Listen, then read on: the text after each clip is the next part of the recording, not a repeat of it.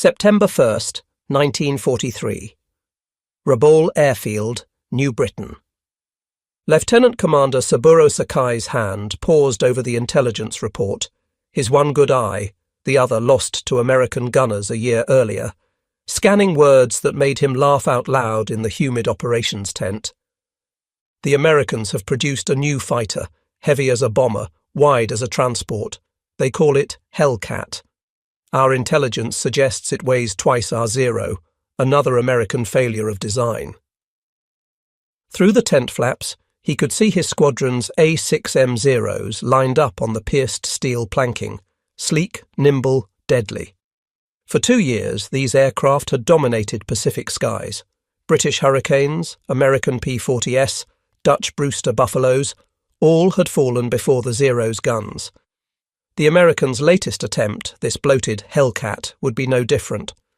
What Sakai didn't know, what none of the Japanese naval aviators gathering for their morning briefing knew, was that in exactly 30 days, this failure would begin the systematic annihilation of Japanese naval aviation. The F6F Hellcat would achieve a kill ratio of 19-1, destroying 5,223 enemy aircraft, while losing only 270 in aerial combat. It would transform carrier warfare, break the back of Japanese air power, and prove that the Zero's reign of terror had been built on a foundation of fatal assumptions. The mathematics of aerial supremacy were about to be rewritten by an aircraft that looked wrong, flew heavy, and seemed to violate every principle the Japanese had perfected. Yet within 6 months, the very pilots now laughing at intelligence reports would be writing final letters home, knowing that encountering Hellcats meant statistical certainty of death. The rising sun's zenith. The Japanese Navy's confidence in September 1943 wasn't arrogance, it was mathematics. Since December 7, 1941, the Imperial Japanese Naval Air Service had achieved victory ratios that defied belief. At Pearl Harbor, they lost 29 aircraft while destroying 347. In the Philippines, 7 losses against 103 destroyed. Over Darwin, 2 losses versus 30. The British Far East Fleet's air arm, annihilated. The Dutch East Indies Air Force, eliminated in days. At the centre of this dominance flew the Mitsubishi A6M Zero, an aircraft that had rewritten the rules of fighter design. When captured examples were tested by American engineers in 1942, they initially refused to believe the performance figures. A fighter with the range of a bomber, the maneuverability of a biplane, and the firepower to destroy anything it caught, it seemed impossible. Warrant Officer Hiroyoshi Nishizawa, who would become Japan's ace of aces with 87 confirmed kills, described the Zero in his recovered diary. Flying the Zero is like wearing wings. The aircraft responds to thought, not just control input. American planes fly like trucks, powerful but clumsy.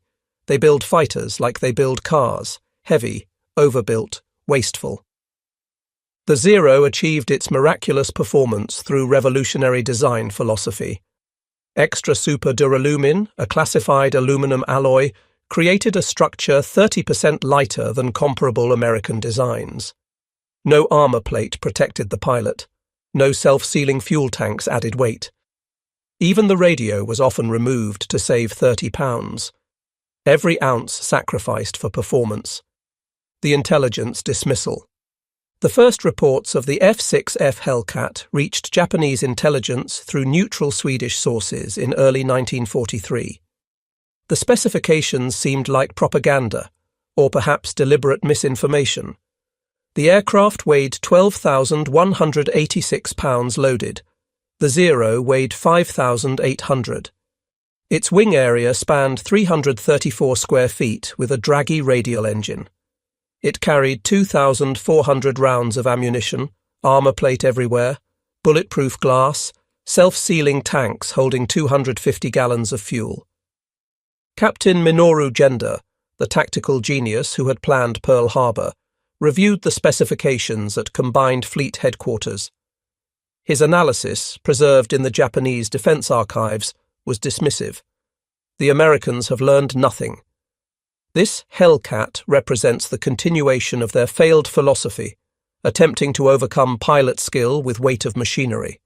A Zero will fly circles around it. The mathematics seemed to support his assessment. The Zero's wing loading of 22 pounds per square foot gave it a turning radius of 612 feet. The Hellcat's wing loading of 36.5 pounds per square foot suggested a turning radius over 900 feet. In a turning fight, the basis of all Japanese fighter tactics, the Hellcat would be helpless. The first glimpse. September 30th, 1943. Marcus Island. Petty Officer First Class Yoshio Fukui was flying escort for a reconnaissance mission when he spotted them. 6 dark blue shapes climbing from the southeast. His first thought, recorded in his after-action report, B-25 bombers on a strange heading. Then they turned, and he saw the distinctive silhouette, single engine, massive fuselage, wings that seemed too short for the body. First encounter with F6F type fighter, he would write.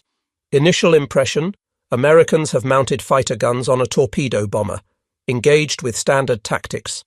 Standard tactics meant using the Zero's superior turn rate to get on the enemy's tail. Fukui rolled into a diving turn, expecting the heavy American fighter to continue straight, allowing him to curve onto its 6 o'clock position. Instead, something unprecedented happened. The Hellcat didn't run. It didn't try to turn with him. It went vertical. The Pratt & Whitney R2800 double Wasp engine, producing 2,000 horsepower, 700 more than the Zero's Nakajima Sakai's 1,130 horsepower, drove the Hellcat upward at 3,500 feet per minute. Fukui, attempting to follow, watched his airspeed decay as the Zero struggled against gravity. At 15,000 feet, the Hellcat performed a maneuver that shouldn't have been possible for its weight, a hammerhead turn that dropped it directly onto Fukui's tail. The American opened fire at 400 meters, Fukui reported. 6 machine guns, not the 4 we expected. The volume of fire was unprecedented. My aircraft took 17 hits in 3 seconds. Only by dropping into a spin did I escape.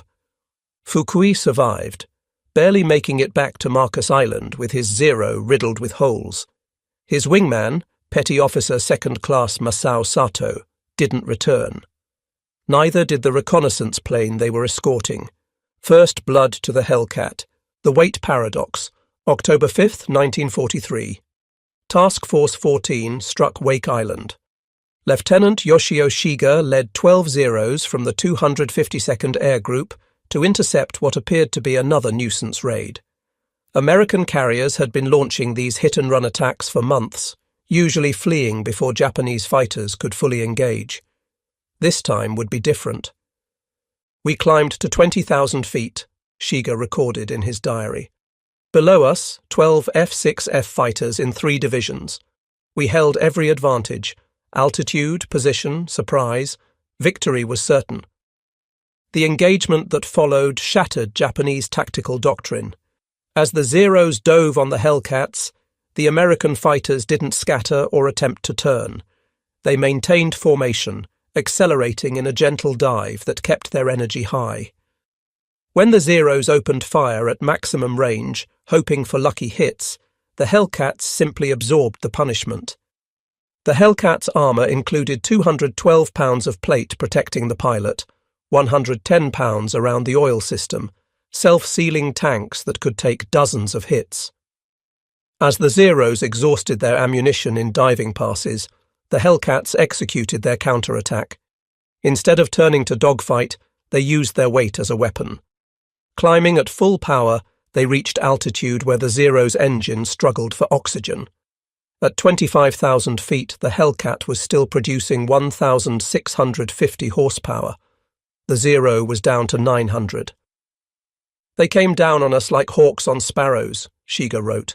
Their weight gave them speed we couldn't match. They would dive, fire those 6 terrible guns, then climb away before we could react.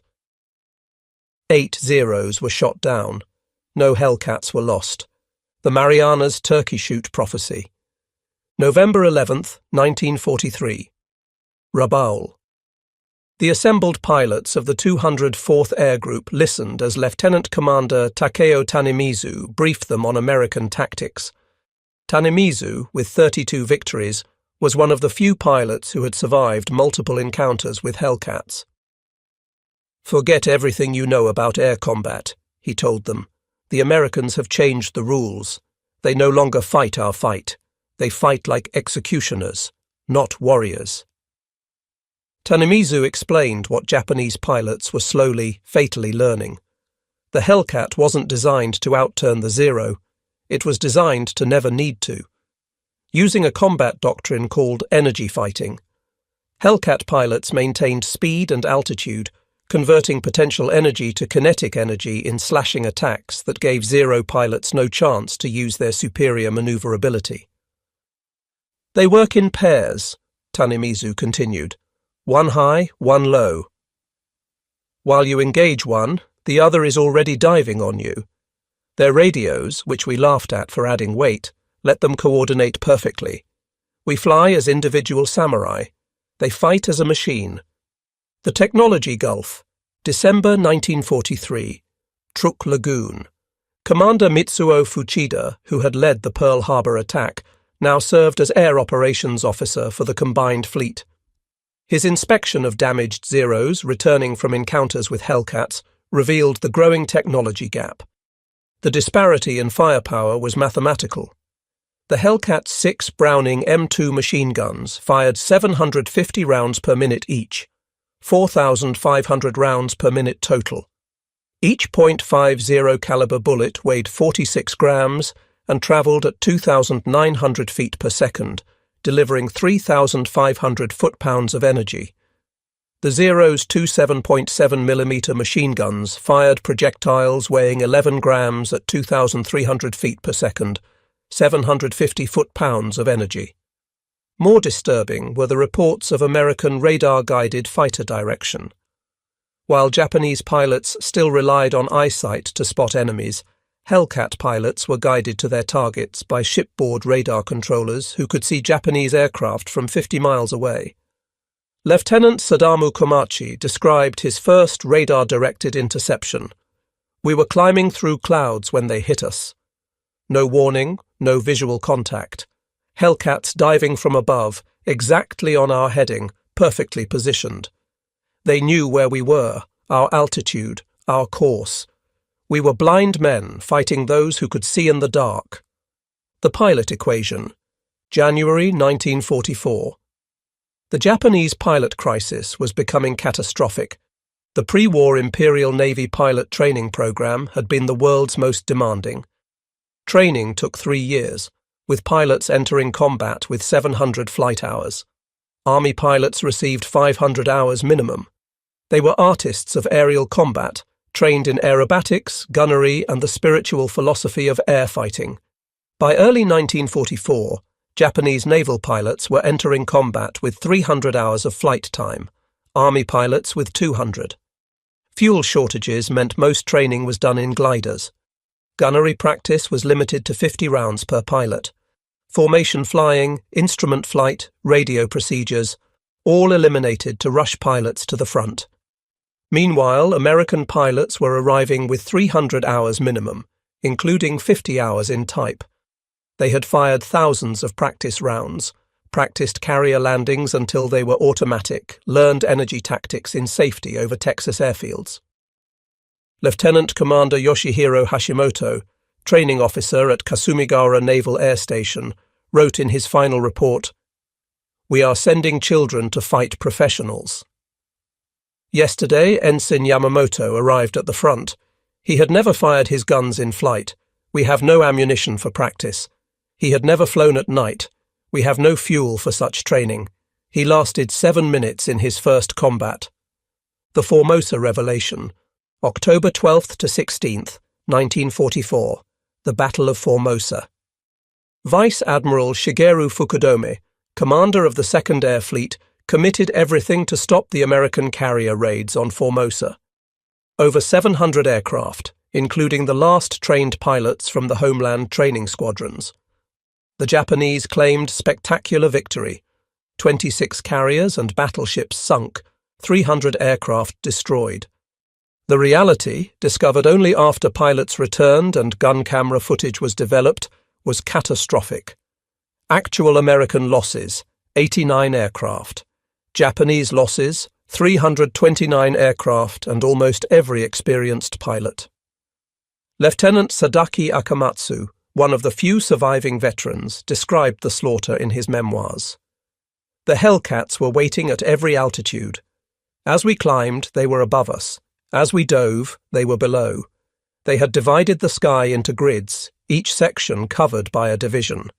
It was not combat, it was systematic extermination. The Great Marianas Turkey Shoot, June 19, 1944. The Philippine Sea. The Japanese Navy committed its reconstituted carrier force to Operation Ago, the decisive battle that would destroy American carrier power in the Pacific. 9 carriers, 450 aircraft, their best remaining pilots. Against them, Task Force 58 with 15 carriers and 956 aircraft, 450 of them F6F Hellcats. Admiral Jisaburo Ozawa launched his strikes in 4 waves, confident that Japanese pilot skill and the Zero's range advantage would prevail. The first wave of 69 aircraft launched at 0830. American radar detected them at 150 miles.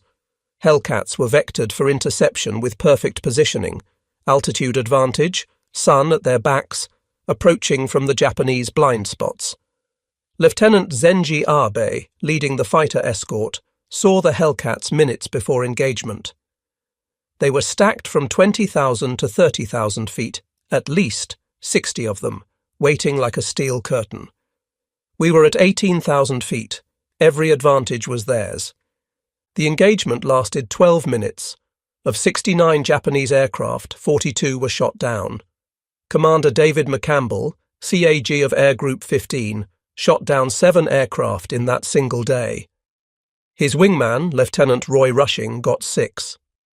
"The Zeros tried to turn with us," McCampbell reported. "We simply refused. We'd make a high-side run, shoot one down, zoom climb back to altitude. They'd try to follow, stall out, and another Hellcat would pick them off." By day's end, the Japanese had lost 346 carrier aircraft plus 50 land-based aircraft. American losses, 30 aircraft from all causes. American pilots in their ready rooms that evening coined the term turkey shoot. The enemy aircraft had been as helpless as game birds. The Leyte Gulf Record, October 24, 1944, the Battle of Leyte Gulf. Commander David McCampbell would set his single-mission record during this battle. Leading 7 Hellcats from Essex, he intercepted a force of 60 Japanese aircraft heading for the American fleet. In the ensuing 90-minute battle, McCampbell shot down 9 aircraft, 5 Zeros and 4 bombers, while his wingman Roy Rushing destroyed 6 more. "I ran out of ammunition after the 9th kill," McCampbell recorded. "The Hellcat performed flawlessly throughout. Not a single hit on my aircraft despite being outnumbered 8-1. This engagement demonstrated the complete reversal of air superiority. 7 Hellcats had routed 60 Japanese aircraft, destroying 15 without loss. McCampbell's 2 ace-in-a-day performances, 7 kills on June 19th and 9 on October 24th, earned him the Medal of Honor and Navy Cross. The psychological collapse. The aftermath of the Philippine Sea and Leyte Gulf battles produced what Japanese military psychologists later termed Hellcat psychosis among surviving pilots. Admiral Ozawa, in his after-action report, wrote, "The enemy's radar-guided fighter direction achieved something we thought impossible, the industrialization of air combat.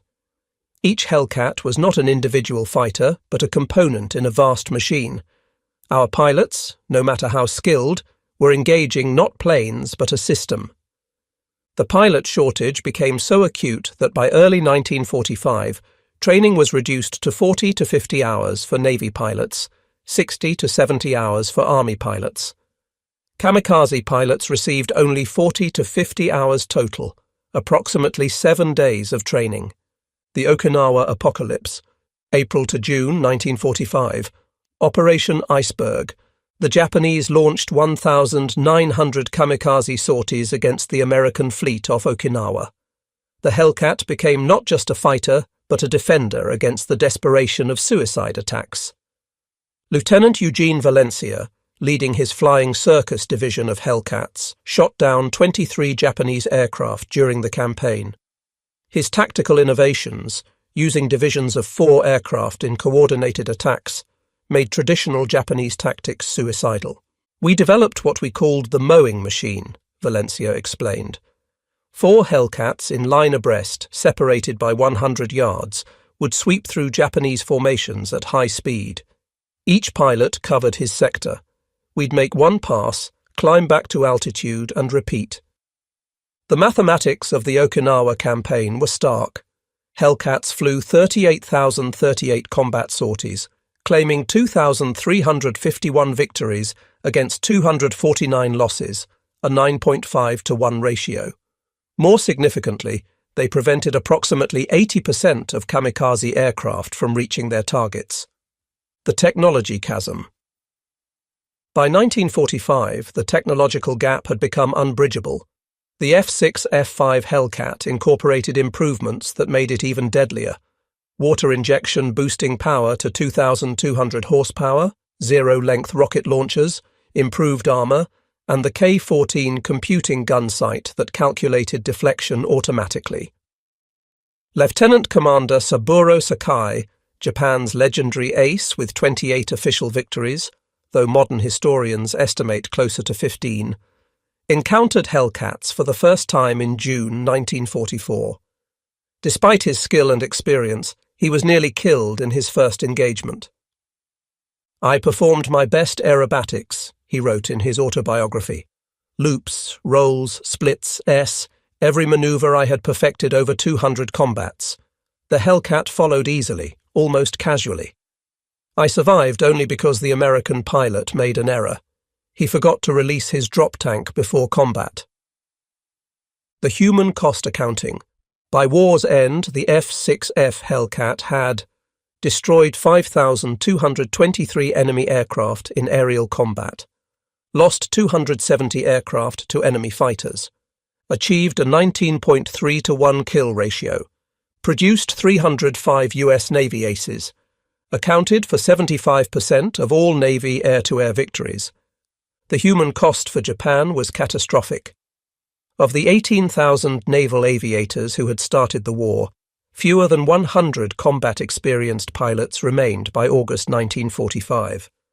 The kamikaze equation.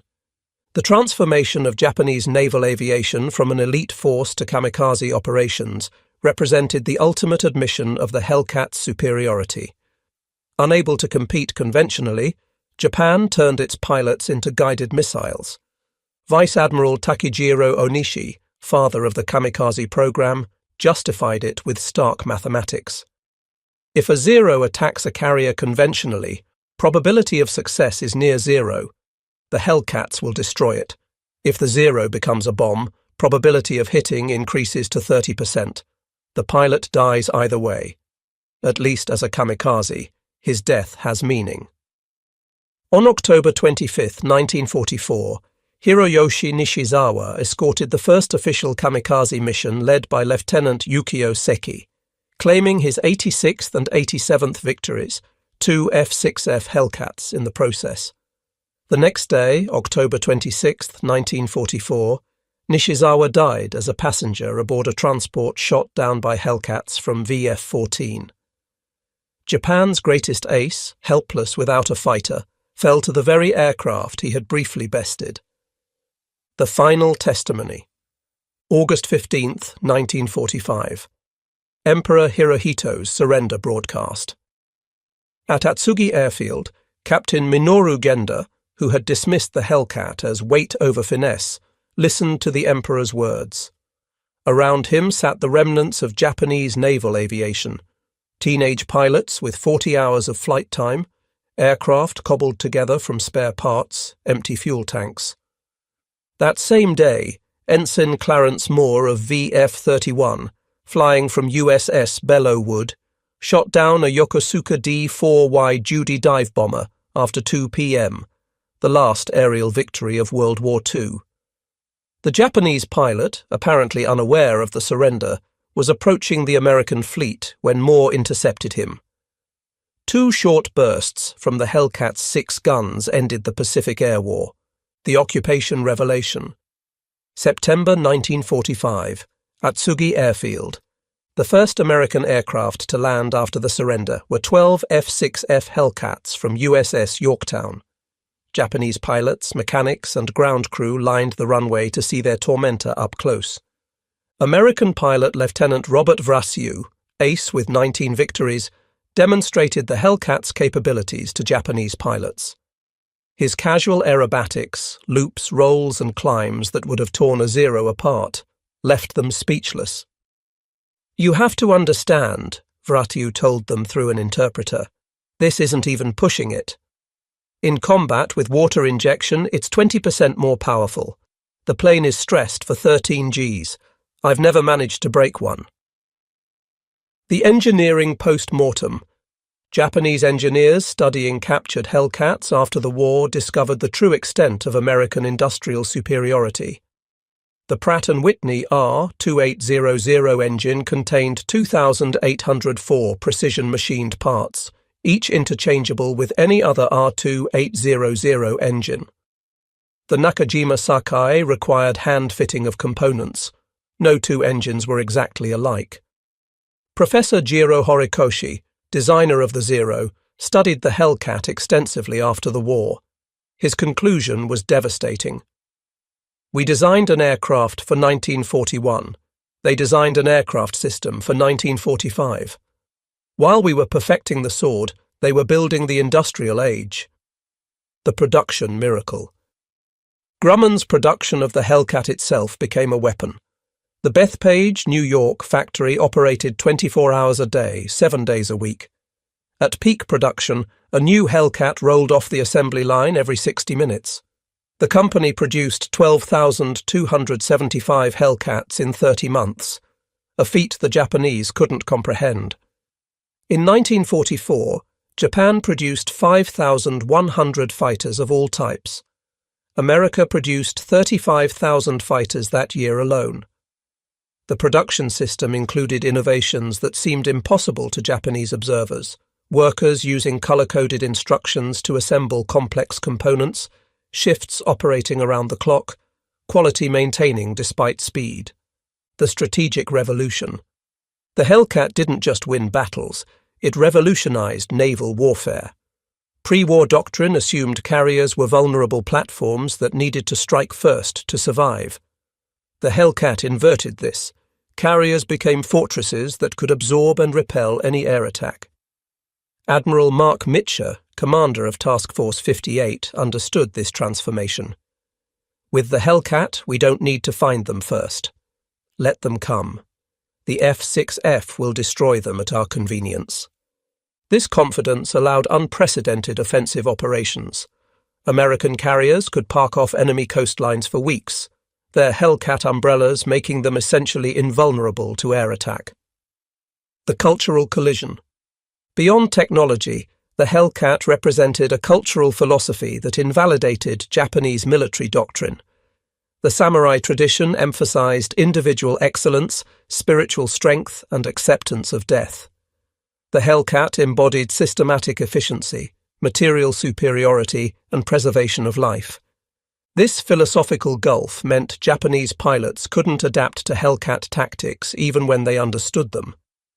The concept of refusing combat when disadvantaged, fundamental to Hellcat doctrine, was literally unthinkable to Japanese pilots trained in Bushido. The judgment of history.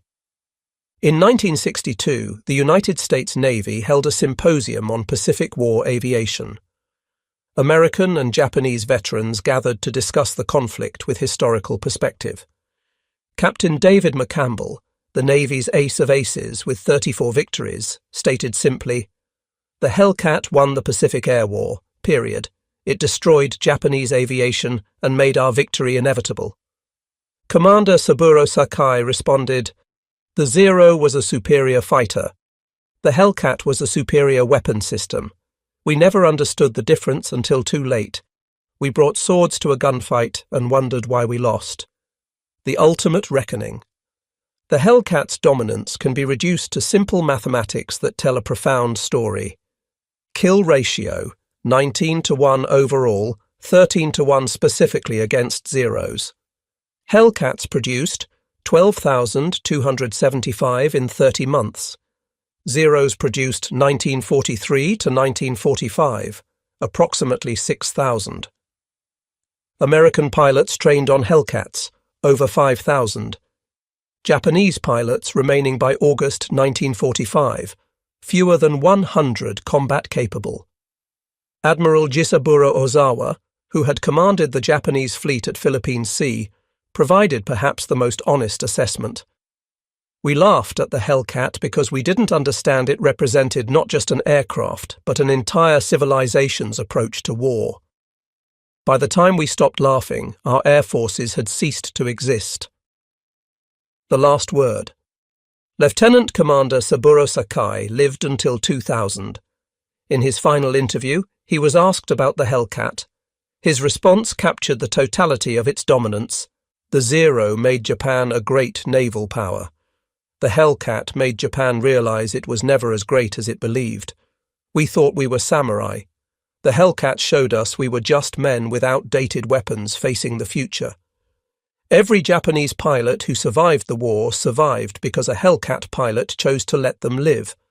That is the ultimate defeat, existing at your enemy's discretion. The F6F Hellcat entered service weighing twice what the Zero weighed, carrying armour the Zero didn't have, powered by an engine the Japanese couldn't build, armed with weapons they couldn't match, guided by radars they couldn't detect, flown by pilots they couldn't equal in training and produced in numbers they couldn't comprehend. Japanese pilots had laughed at it because they didn't understand that every extra pound represented not weakness, but the strength of an industrial democracy that could afford to protect its warriors. By the time they understood, their laughter had turned to last letters home, their mockery to kamikaze missions, their confidence to complete collapse. The Hellcat hadn't just defeated the Zeros, it had destroyed an entire philosophy of warfare, proving that in modern combat, the nation that could build the better system would destroy the nation that could only build better warriors. The Japanese pilots had laughed at the F6F Hellcat. The Hellcat had the last laugh. It always did.